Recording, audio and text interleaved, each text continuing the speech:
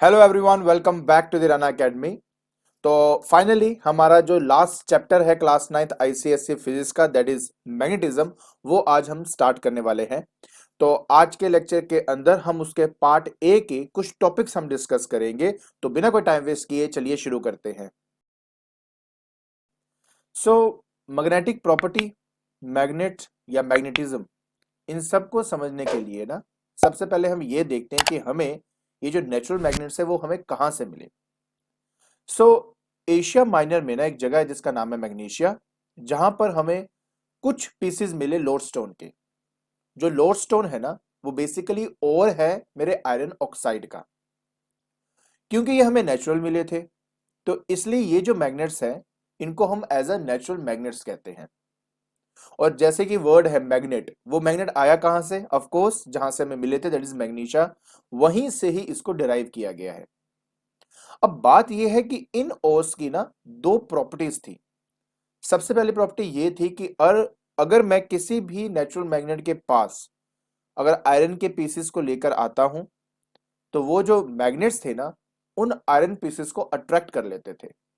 और दूसरी सबसे बड़ी खास बात ये थी कि इनकी ना डायरेक्शनल प्रॉपर्टी थी।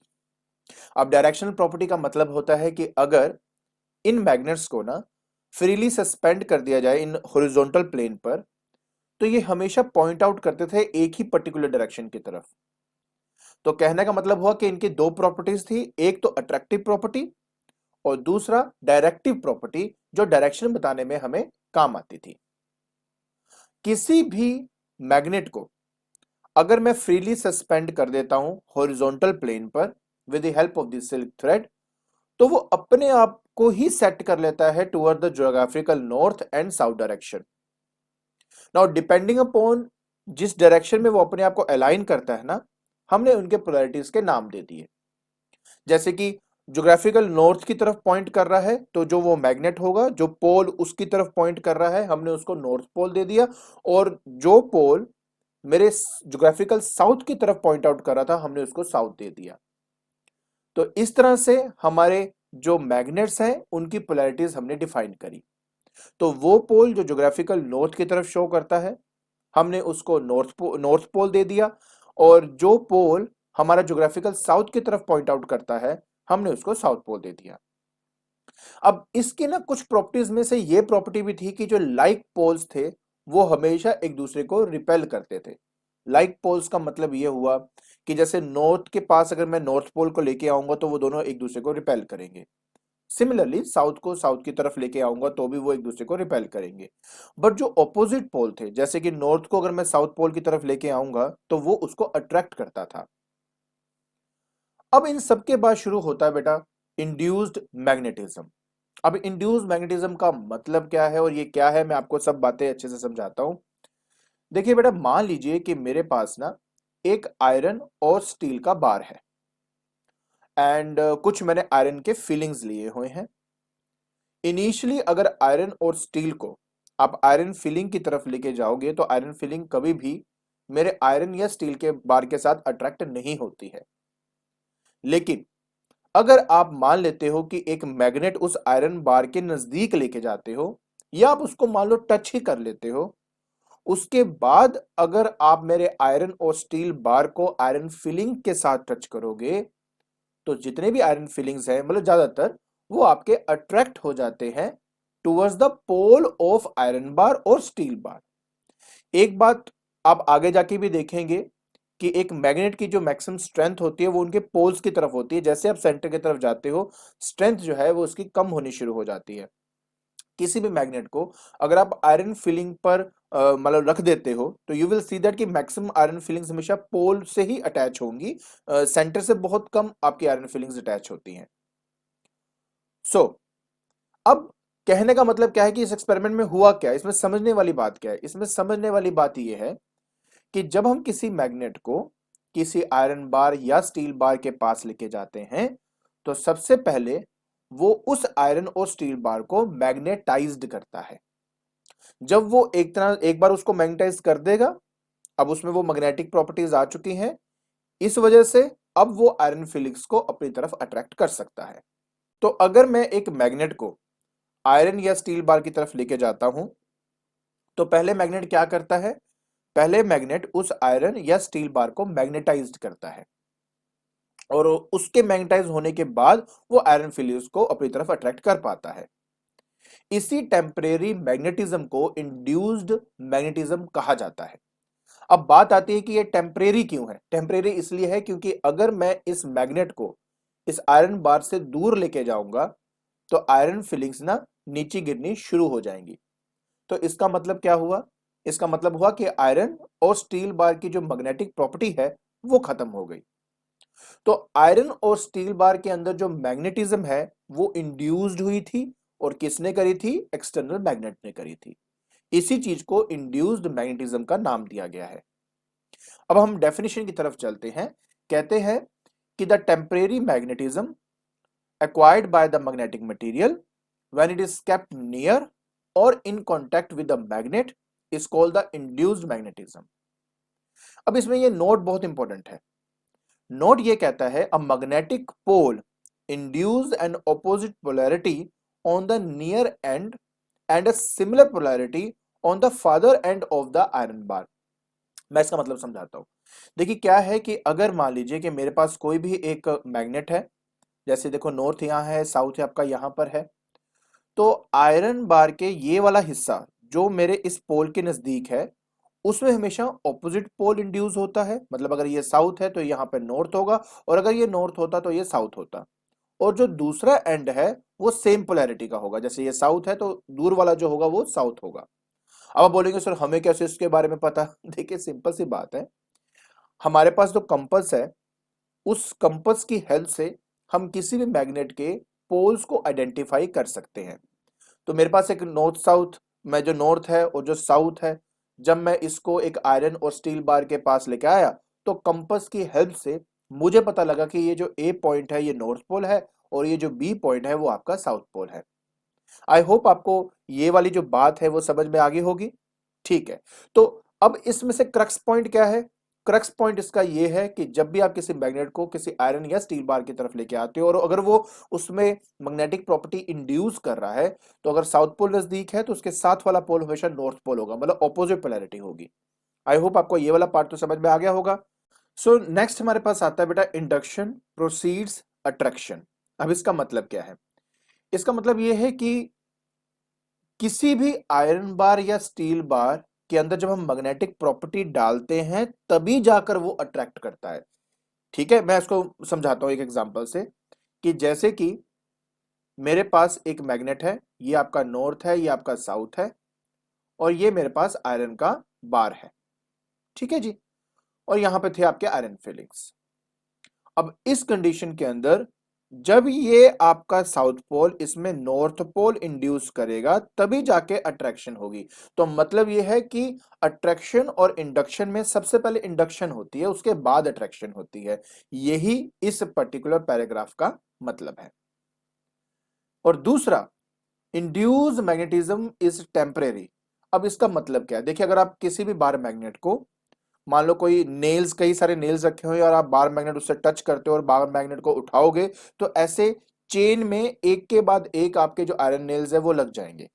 अब ऐसा क्यों होता है, देखिए बहुत सिंपल सी बात है कि मेरे पास यहाँ पर एक नॉर्थ पोल है, वो मेरे ये जो नेल है इस नेल के ऊपर वाले या नीचे वाला ऐसा कोई भी हिस्सा बेसिकली उसमें एक ऑपोजिट पोलैरिटी इंड्यूस करेगा। अब जैसे ऑपोजिट पोलैरिटी उसमें इंड्यूस करेगा there will be a force of attraction between the north and the south pole और वो उसको अपनी तरफ अट्रैक्ट कर लेगा। अब जैसे उसने अपनी तरफ अट्रैक्ट कर लिया, जैसे अब उसको अट्रैक्ट किया तो उसका दूसरा पोल क्या बना, नॉर्थ। अच्छा, अब वो नॉर्थ वाला नेक्स्ट पिन के ऊपर क्या करेगा, अपनी मैग्नेटिज्म को इंड्यूस करके उसको साउथ और नॉर्थ बनाकर उसको अपनी तरफ अट्रैक्ट कर लेगा एंड सो ऑन।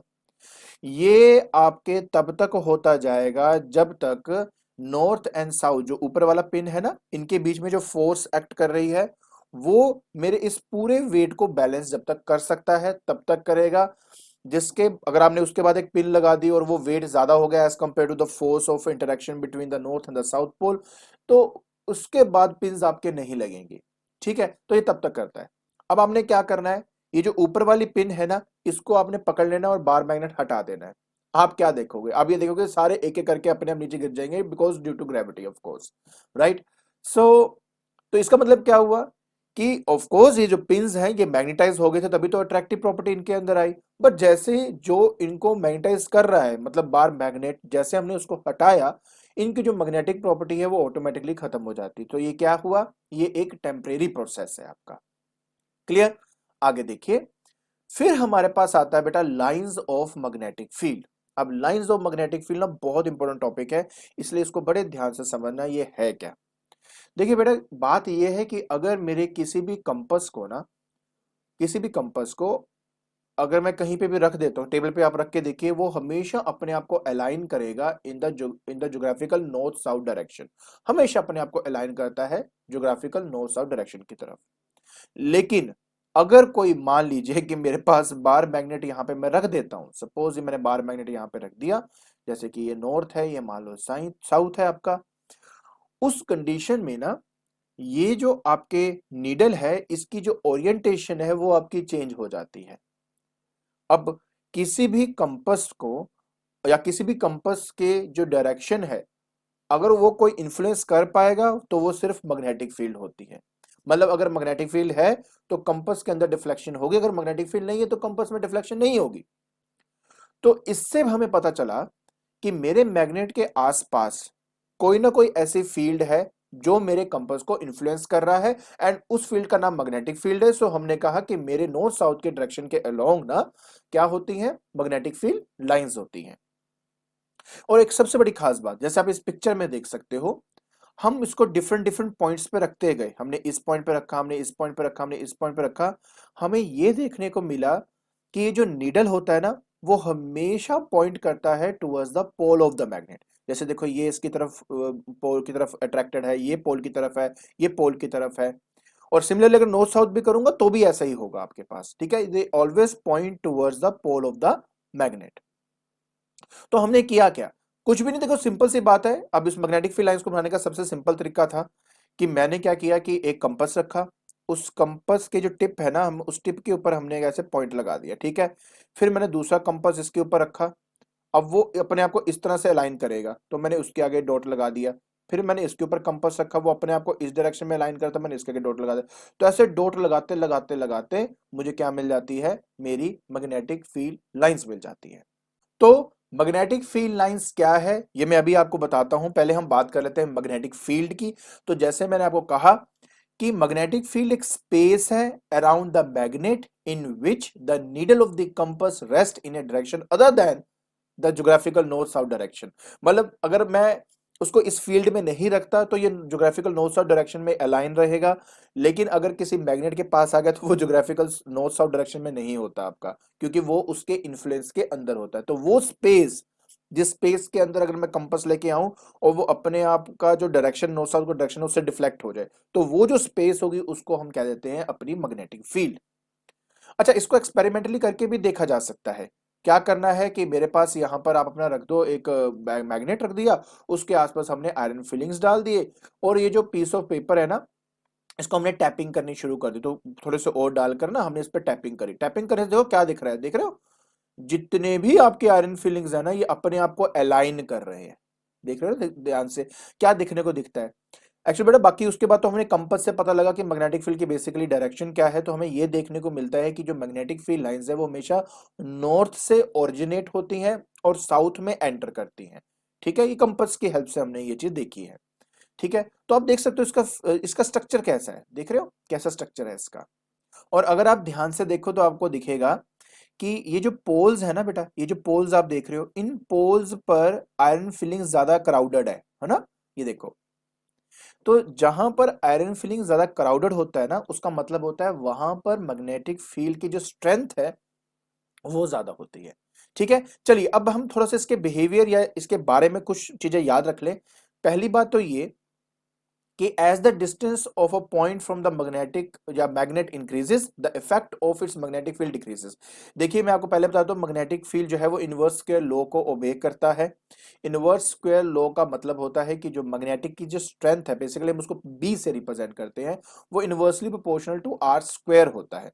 मतलब ये कि तुम जितना दूर पॉइंट लोगे, अगर हमें एक बात सुनो, अगर आप ध्यान से देखते हो यहां पर अगर आप देखेंगे तो काफी हद तक मेरे जो मैग्नेटिक फील्ड लाइंस है वो अलाइंड दिखती हैं, है ना, ऐसे कर्व्ड में दिखाई दे रही हैं प्रॉपरली आपकी। लेकिन जैसे आप दूर जा रहे हो देख रहे हो डिस्टॉर्शन है, कोई स्पेसिफिक इनकी लाइंस नहीं है। क्यों? क्योंकि जैसे जैसे आप दूर जाते हो किसी बार मैग्नेट से, मेरे मैग्नेटिक फील्ड की जो स्ट्रेंथ है वो डिक्रीज होती जाती है। सो ये एक बहुत बड़ा रीजन है इसका। दूसरा, it is a vector quantity, of course इसका मैग्नीट्यूड भी होता है और इसकी डायरेक्शन भी होती है। देखिए, जो हमने मैग्नेटिक फील्ड लाइंस पढ़नी है ना, उसकी सबसे बड़ी खास बात यह है कि उस मैग्नेटिक फील्ड लाइन के किसी भी पॉइंट पर अगर मैं एक टेंजेंट ड्रॉ कर दूं ना, तो वो जो टेंजेंट की डायरेक्शन है वो एक्चुअली मैग्नेटिक फील्ड की डायरेक्शन है एट दैट पॉइंट। तो मतलब है कि मैग्नेटिक फील्ड लाइंस क्या है? सो हम कहते हैं मैग्नेटिक फील्ड लाइंस ना एक कॉन्टिन्यूअस कर्व्स है। कॉन्टिन्यूअस क्यों है? क्योंकि ये नॉर्थ से ओरिजिनेट होती है, साउथ में एंटर करती है, एंड इनसाइड द मैग्नेट वो साउथ से नॉर्थ की तरफ जाती है। ठीक है, तो ये कॉन्टिन्यूअस कर्व है आपका, इसमें ब्रेकेज नहीं है कोई भी। ठीक है, सो नॉर्थ से निकली, साउथ में एंटर हुई, फिर इनसाइड द मैग्नेट साउथ से नॉर्थ की तरफ एंटर आपकी करती है। अच्छा, इस फील्ड लाइंस की सबसे बड़ी खास बात यह है कि इन फील्ड लाइंस के किसी भी पॉइंट पर अगर मैं टेंजेंट ड्रॉ करता हूं तो उस पॉइंट पर मेरे मैग्नेटिक फील्ड की डायरेक्शन क्या है मुझे वो टेंजेंट बता देगा। ठीक हो गया? So it is a vector quantity. दूसरी बात, किसी भी मैग्नेटिक फील्ड के स्ट्रेंथ को अगर मेजर करना है तो बस आपको यह मेजर करना पड़ेगा कि अगर उस मैग्नेटिक फील्ड में मान लो सिर्फ नॉर्थ पोल लेके आता हूं, माना कभी भी मोनोपोल एग्जिस्ट नहीं करता अभी तक की थ्योरीज के हिसाब से, तो अगर मैं किसी नॉर्थ पोल को लेके आता हूं किसी भी मैग्नेटिक फील्ड के अंदर, तो वो नॉर्थ पोल कितना फोर्स एक्सपीरियंस करेगा पर यूनिट पोल स्ट्रेंथ के हिसाब से, तो वो उसकी मैग्नेटिक फील्ड स्ट्रेंथ मानी जाती है। ठीक है, बाकी डायरेक्शंस के बारे में मैंने आपको ऑलरेडी बता दिया है। तो if we go with the definition, magnetic field lines क्या है? एक कॉन्टिन्यूअस कर्व है मैग्नेटिक फील्ड के अंदर such that tangent at any point of it gives the direction of magnetic field at that point. ठीक है ना? तो किसी भी पॉइंट पर अगर मैं एक टेंजेंट ड्रॉ कर देता हूं ना, तो वो मुझे क्या देगा? उसकी डायरेक्शन देगा। अब हम बात कर लेते हैं बेटा कुछ properties of magnetic field lines की। सबसे पहली प्रॉपर्टी क्या है कि they are close continuous curve. Closed and continuous. Close इसलिए क्योंकि लूप पूरा कंप्लीट होता है और जब अब आप उस पाथ पे जब निकलते हो तो कहीं पे ब्रेकेज नहीं है, तो it is a continuous and closed curve from north to south and then from south to north inside the magnet. Clear? दूसरी बात, यहां लिखा हुआ है outside the magnet they are directed from the north pole toward the south pole of the magnet. तीसरा point, the tangent at any point on the field lines give the direction of magnetic field at that point, जो मैंने अभी आपके साथ discuss किया था। Fourth point, ये बड़ा इंपॉर्टेंट पॉइंट है, कहते हैं कि दो मैग्नेटिक फील्ड लाइन एक दूसरे के साथ इंटरसेक्ट कभी नहीं कर सकती। जैसे कि ये एक लाइन है, ये एक लाइन है, कभी एक दूसरे को इंटरसेक्ट नहीं कर सकती। ऐसा इसलिए क्योंकि eight the point of intersection, जिस पॉइंट पर ये मान लो टच किया, अब एक पॉइंट तो सिर्फ मैग्नेटिक फील्ड की एक ही डायरेक्शन बताता है, बट इस पॉइंट पर मैं दो टेंजेंट बना सकता हूं इन दो फील्ड लाइंस पे।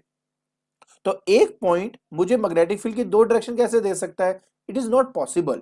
तो इसलिए कभी भी दो मैग्नेटिक फील्ड लाइन एक दूसरे के साथ इंटरसेक्ट नहीं करती, because at the point of intersection we can make two tangent at the point which actually gives the two direction of magnetic field at that point, which is not possible. So इसलिए ये नहीं होता है। उसके बाद दो और points की बात करते हैं। पहला कि देखो, एक बात याद रखना बेटा कि अगर मैं पोल्स पे देखता हूं, जैसे मैंने आपको यहां पे दिखाया, एक बार मैं फिर दिखाता हूं आपको। अगर आप पोल्स पे देखते हो तो ये जो फील्ड लाइंस है ये बहुत क्राउडेड है, मतलब एक दूसरे के नजदीक नजदीक है, और जैसे आप इससे दूर जाते हो तो इनके बीच का जो गैप है वो बढ़ने लग जाता है। तो एक बात याद रखें कि अगर फील्ड लाइंस किसी पॉइंट पे बहुत क्राउडेड है तो ये वो रीजन बता रही है जहां पे उसकी स्ट्रेंथ ज्यादा है, मैग्नेटिक फील्ड स्ट्रेंथ ज्यादा है। ठीक है, एंड एक वो रीजन जहां पे ये जो फील्ड लाइंस है दूर दूर है, मतलब वहां पर मैग्नेटिक फील्ड की जो स्ट्रेंथ है वो आपकी कम है। क्लियर हो गया? यही बात मेरी इस लाइन में लिखी भी हुई है। वो यही कह रहा है कि अगर आप किसी भी बार मैग्नेट के पोल्स की तरफ जाते हो तो वहां आपको यह दिखेगा कि जो मैग्नेटिक फील्ड लाइंस है ना बहुत क्राउडेड है, एक दूसरे के बहुत ही नजदीक है, जो एक्चुअली शो करता है कि वहां पर मेरे मैग्नेटिक फील्ड की जो स्ट्रेंथ है वो ज्यादा है। लेकिन अगर आप सेंटर की तरफ जाओगे तो आपको यह दिखेगा कि इनके बीच का जो गैप है ना वो ज्यादा है। तो इसका मतलब है वहां पे फील्ड स्ट्रेंथ क्या है आपकी? कम है। और इवन कोई पॉइंट जो इस मैग्नेट से दूर है वहां पर भी आप यही देखने को मिलेगा। ठीक है, अब यूनिफॉर्म और नॉन यूनिफॉर्म मैग्नेटिक फील्ड को शो करने का तरीका क्या है? कहते हैं कि अगर मैं एक ऐसे पैरेलल लाइंस बनाऊं and if they are equidistant from each other, तो इसका मतलब है ये एक यूनिफॉर्म मैग्नेटिक फील्ड है। यूनिफॉर्म मैग्नेटिक फील्ड के लिए फील्ड स्ट्रेंथ का कांस्टेंट होना बहुत इंपॉर्टेंट है और डायरेक्शन सेम होना बहुत इंपॉर्टेंट है। तो अगर आप इधर देखोगे ध्यान से, तो इस केस में क्या हो रहा है, इस केस में गैप मतलब होने बराबर होने का मतलब है कि स्ट्रेंथ हर एक पॉइंट पर एक जैसा है और सबकी डायरेक्शन एक है, तो इसलिए मैं इसको यूनिफॉर्म मैग्नेटिक फील्ड बोल सकता हूं। अगर ये ऐसा होता नजदीक और यहाँ पे दूर दूर, तो ये नॉन यूनिफॉर्म हो जाता क्योंकि इसमें डायरेक्शन तो सेम है मान लिया, लेकिन जो स्ट्रेंथ है वो डिफरेंट है। अच्छा, अगर ये होता कि भाई इक्वल, ये देखो ये भी मैग्नेटिक फील्ड्स हैं, अब इनके बीच का गैप मान लो सेम है, लेकिन फिर भी ये नॉन यूनिफॉर्म है। क्यों? क्योंकि हर एक पॉइंट पर इसकी जो डायरेक्शन है वो डिफरेंट है। यहाँ पे डिफरेंट डायरेक्शन है, यहाँ पे डिफरेंट डायरेक्शन है, यहाँ पे डिफरेंट डायरेक्शन है। इस वजह से यहाँ पर इसको भी बेसिकली हम नॉन यूनिफॉर्म मैग्नेटिक फील्ड ही कहेंगे। सो आई होप आपको ये जो मैग्नेट है, मैग्नेटिक फील्ड, मैग्नेटिक फोर्स, ये सब बातें समझ में आ गई होंगी। ठीक है, तो आज के लेक्चर के अंदर हमने स्टडी किया मैग्नेटिज्म के बारे में। आई होप आपको समझ में आ गया होगा कि बेसिकली मैग्नेट होता क्या है और बेसिकली इसकी क्या प्रॉपर्टीज है और बेसिकली मैग्नेटिक फील्ड लाइंस ये सब क्या होती हैं। अगर आपको मेरी वीडियो पसंद आ रही है तो please like it, share it and subscribe it. आज के लिए बस इतना ही। Thank you so much.